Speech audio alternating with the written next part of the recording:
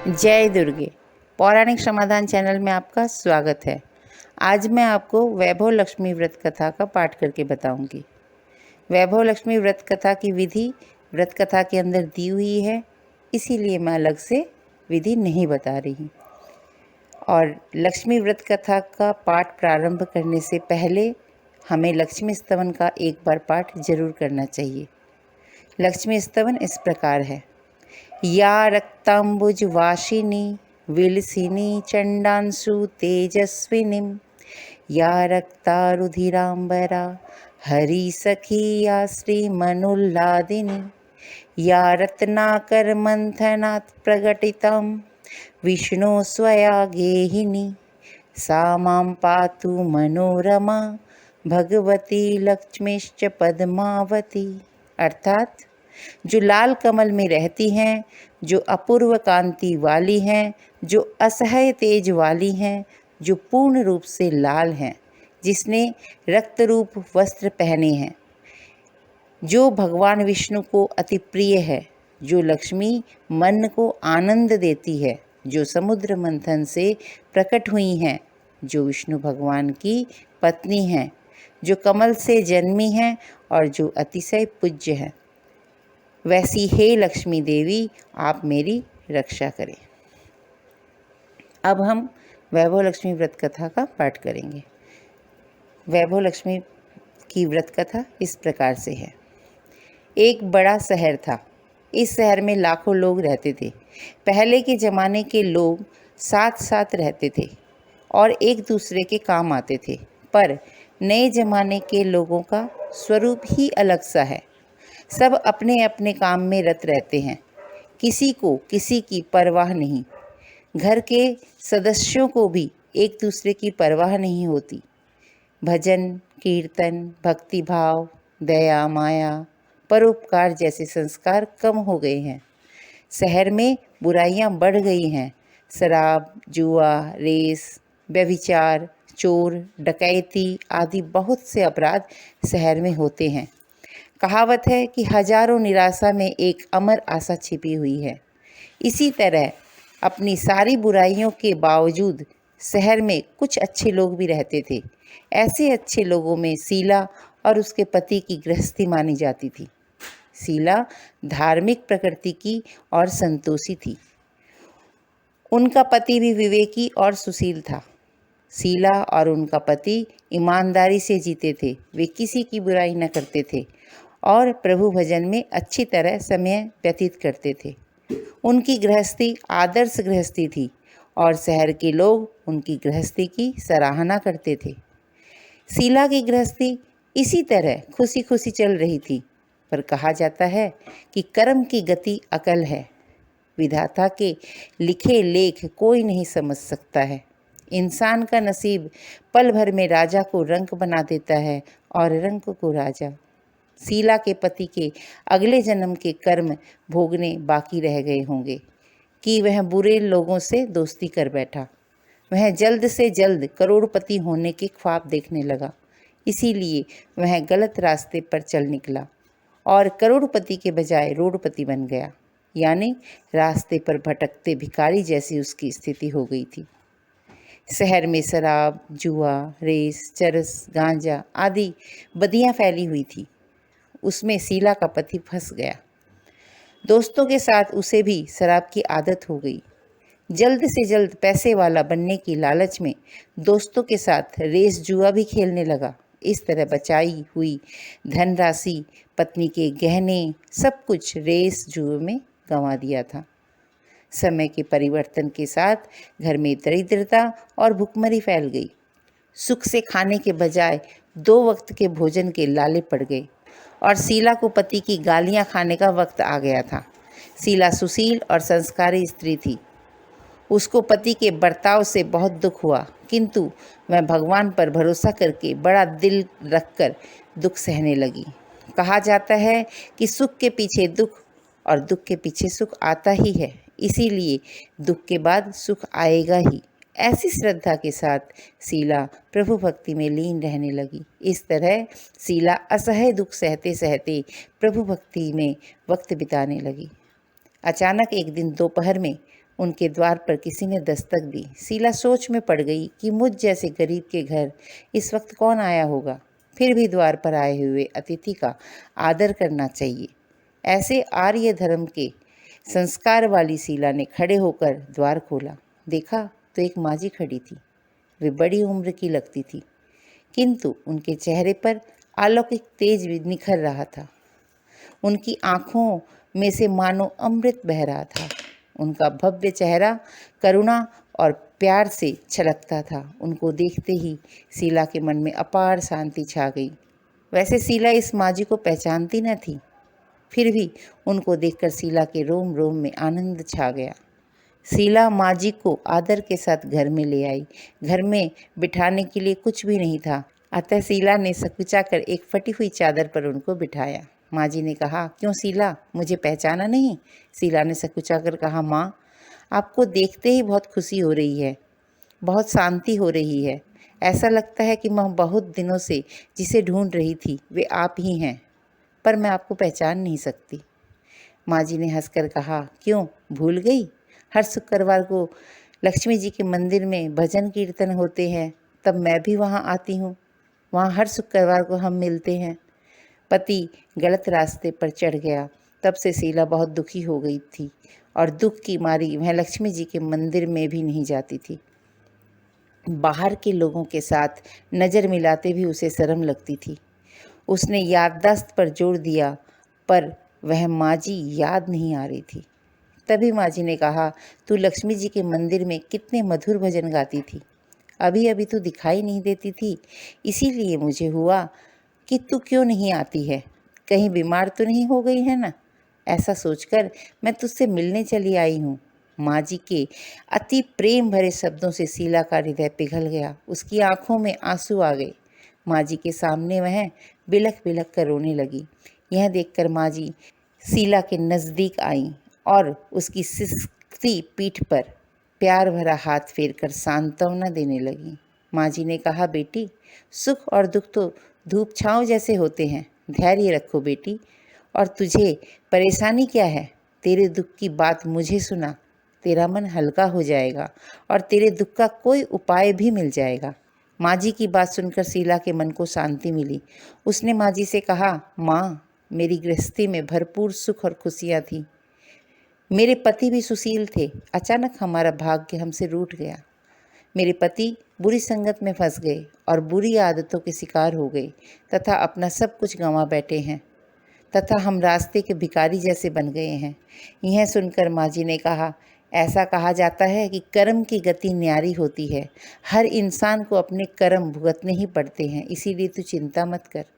अब तू कर्म भुगत चुकी है, अब तुम्हारे सुख के दिन अवश्य आएंगे।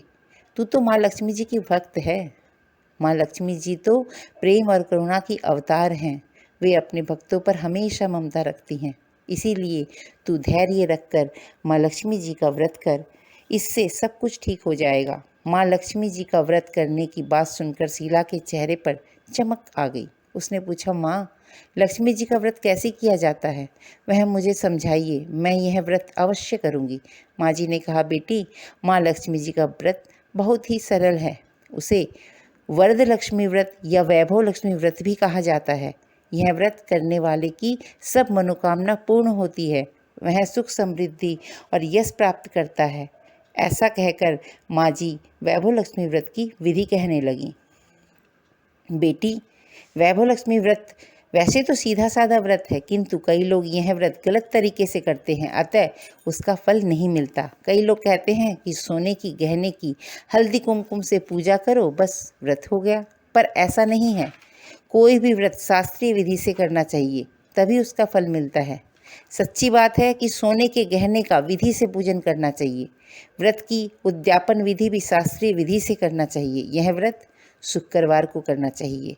प्रातःकाल स्नान करके स्वच्छ कपड़े पहनो और सारा दिन जय माँ लक्ष्मी का रटन करते रहो।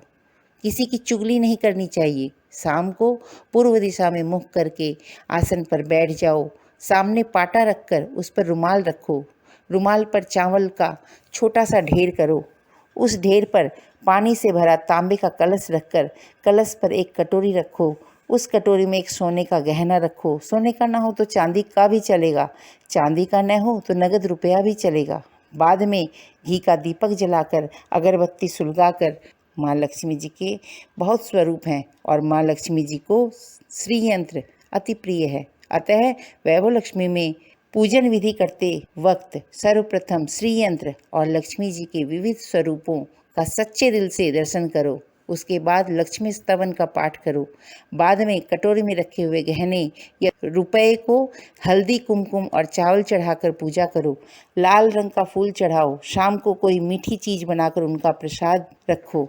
न हो सके तो शक्कर या गुड़ भी चल सकता है। फिर आरती करके 11 बार सच्चे हृदय से जय माँ लक्ष्मी बोलो। बाद में 11 या 21 शुक्रवार यह व्रत करने का दृढ़ संकल्प माँ के सामने करो और आपकी जो मनोकामना हो वह पूरी करने को माँ लक्ष्मी जी से विनती करो।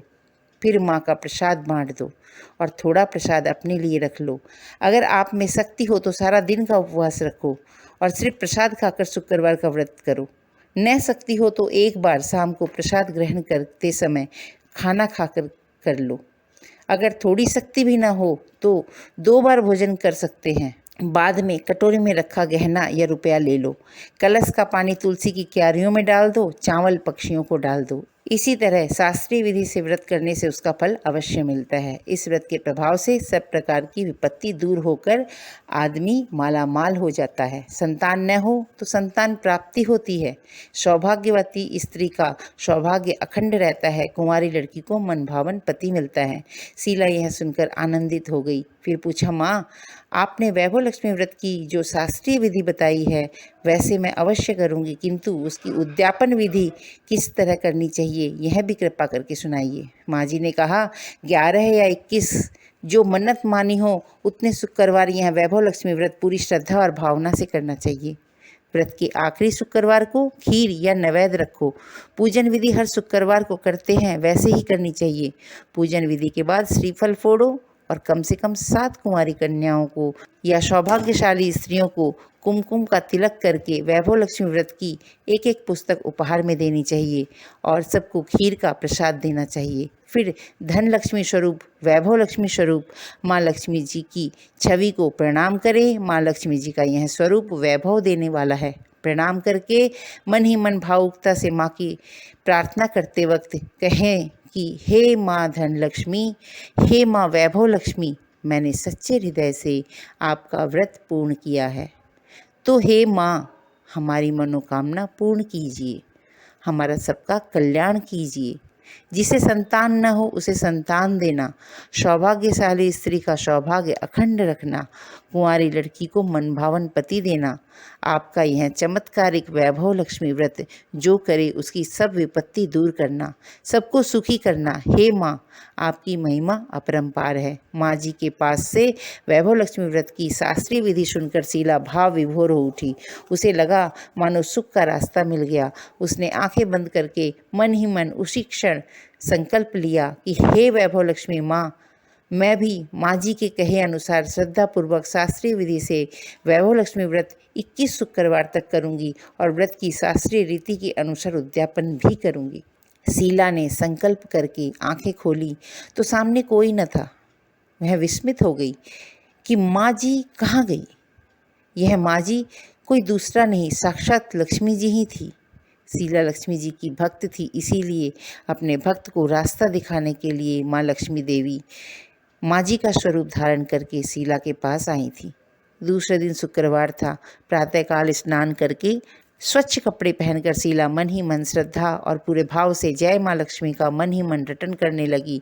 सारा दिन किसी की चुगली नहीं की। शाम हुई तब हाथ पाँव मुंह धोकर शीला पूर्व दिशा में मुख करके बैठी। घर में पहले तो सोने के बहुत से गहने थे, पर पति ने गलत रास्ते पर चलकर सब गिरवी रख दिए।